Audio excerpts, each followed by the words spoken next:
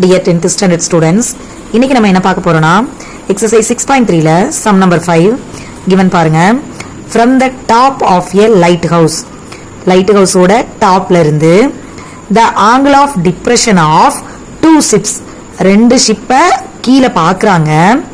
ரெண்டு ஷிப் எப்படி இருக்குன்னா ஆப்போசிட் சைட்ஸ்ல இருக்கு.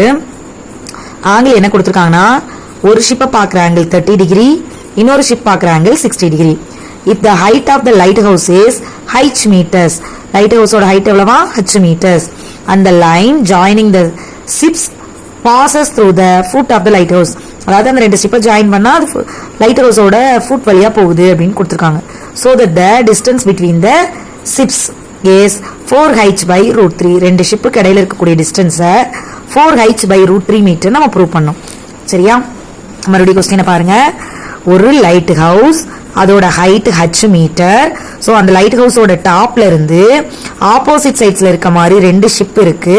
அது ரெண்டையும் பாக்குறாங்க. ஒன்ன பாக்குற ஆங்கிள் 30 டிகிரி, இன்னொன்னு பாக்குற angle 60 degree.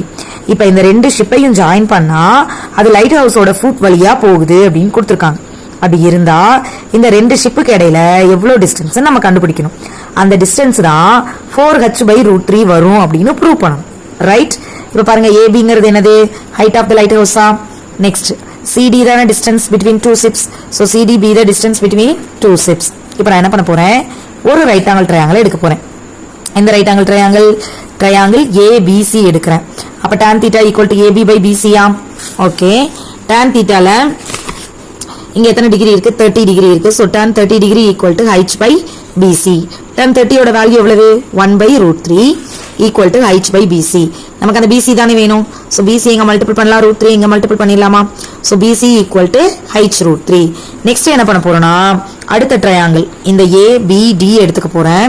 So in right angle triangle abd tan θ equal to ab by bd.